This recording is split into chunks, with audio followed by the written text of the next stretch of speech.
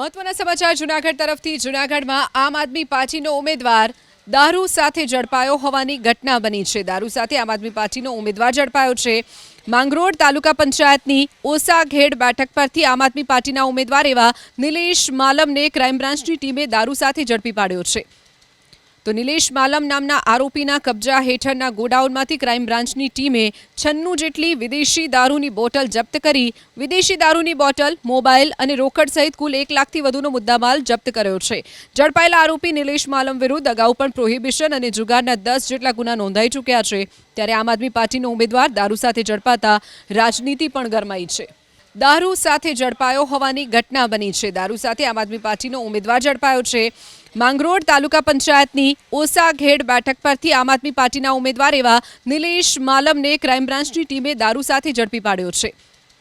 તો નિલેશ માલમ નામના આરોપીના કબજા હેઠળના ગોડાઉનમાંથી ક્રાઇમ બ્રાન્ચની ટીમે 96 જેટલી વિદેશી દારૂની બોટલ જપ્ત કરી વિદેશી દારૂની બોટલ, મોબાઈલ અને રોકડ સહિત કુલ 1 લાખથી વધુનો મુદ્દામાલ જપ્ત કર્યો છે।